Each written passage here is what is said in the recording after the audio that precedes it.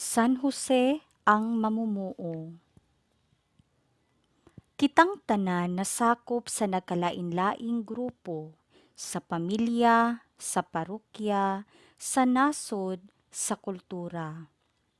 Kining mga grupo naghulagway kung kinsay nalakip ug kinsay walay apil. Ang pipila na sulod, ang uban walay labot. Apan ang Dios walay giilang utlanan. Ang iyang gugma ug ang iyang grasya, anaa alang kanila nga musangpit sa iyang ngalan. Diha sa iyang panan-awon, si Pedro gitawag sa pag-adto sa mga Hentil aron ipaambit kanila ang ebanghelyo. Si Jesus mipasalig sa iyang mga tinun-an nga iyang iula ang iyang kinabuhi alang sa iyang mga karnero sa laing mga panon. Ukab ang iyang gingharian alang sa tanan nga motuo kaniya. Subo palandungon, sa makadaghan na pakyas kita sa pagsunod ni ining mga sumbanan.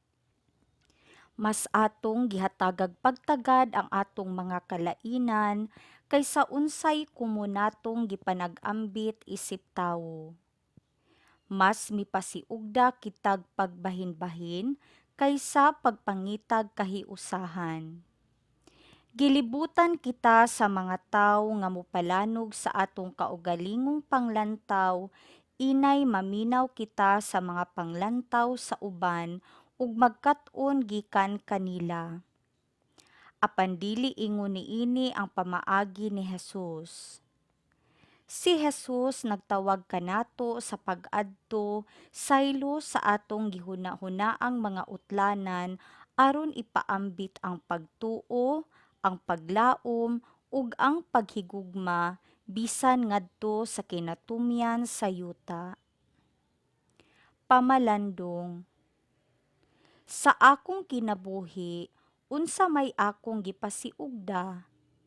Pagkabahin-bahin o kahiusahan? Pagbasa gikan sa basahon sa Genesis. Unya miingon ang Dios. Buhaton nato ang tawo sama sa atong dagway. Siya maoy magbuot sa mga isda, sa mga langgam, sa mga kahayupan ug sa tanang mga ihalas nga mga mananap. Busa gibuhat sa Dios ang tawo, lalaki ug babayi sama sa iyang dagway, o gipanalangina niya sila.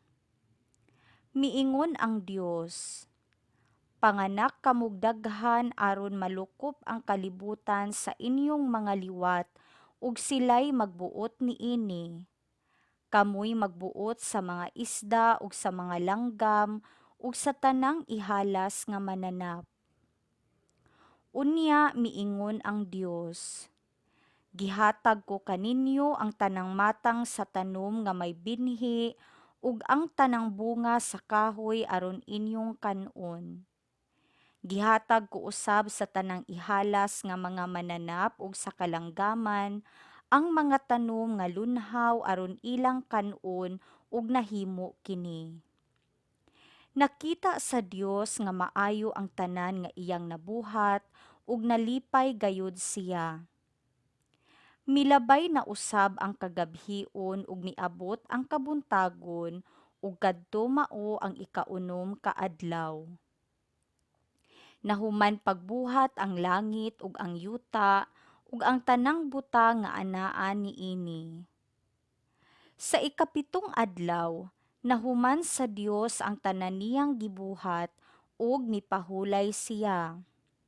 Gipanalanginan sa Dios ang ikapitong adlaw ug gibalaan niya kini kay sa maong adlaw natapos niya ang iyang pagpamuhat ug mipahulay siya.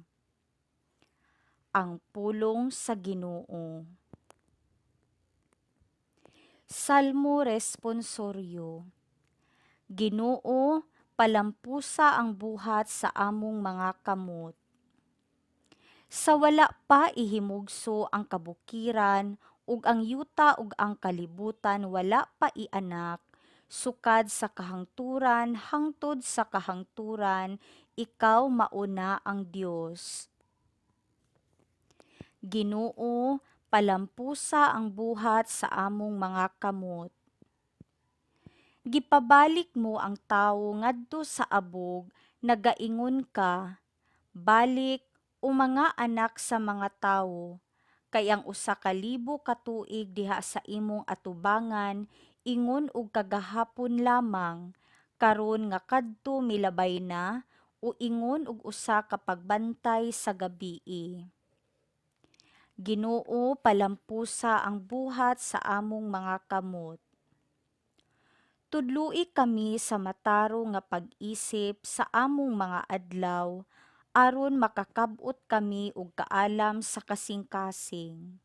Balik na Ginoo, kanus apa, kaluy-i ang imong mga sulugoon. Ginoo, palampusa ang buhat sa among mga kamot. Puna kami pagkabuntag sa imong kaluoy, aron mosinggit kami tungod sa kalipay ug kasadya sa tanan namong mga adlaw.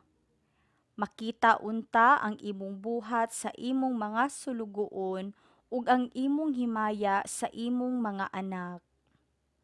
Ginoo, palampusa ang buhat sa among mga kamot. Pagbasa gikan sa Santos nga Ebanghelyo sumala ni San Mateo. Unya mipauli si Jesus sa lungsod nga iyang gipuy-an. Nagtudlo siya didto sa ilang sinagoga ug natingala ang nakadungog kaniya. Diin man niya kuhaa kining kinaadmana, nangutana sila. Ug unsa may ikasulti nato bahin sa iyang mga milagro? Dili ba siya man ang anak sa panday? Dili ba si Maria man ang iyang inahan ug ang iyang mga igsuon sila si Santiago, si Jose, si Simon ug si Judas? Dili ba ani aman magpuyo dinhi ang tanan niyang mga igsuong babayi? Diin man niya kuhaa kining tanan. Tungod niini, gisalikway nila siya, ug niingon si Jesus kanila. Ang usa ka propeta tinahod bisan diin, gawas sa lungsod nga iyang gipuy-an ug sa iyang kaugalingong panimalay. Busa wala siya mohimog daghang milagro didto, kay wala man sila'y pagtuo. Ang Ebanghelyo sa Ginoo.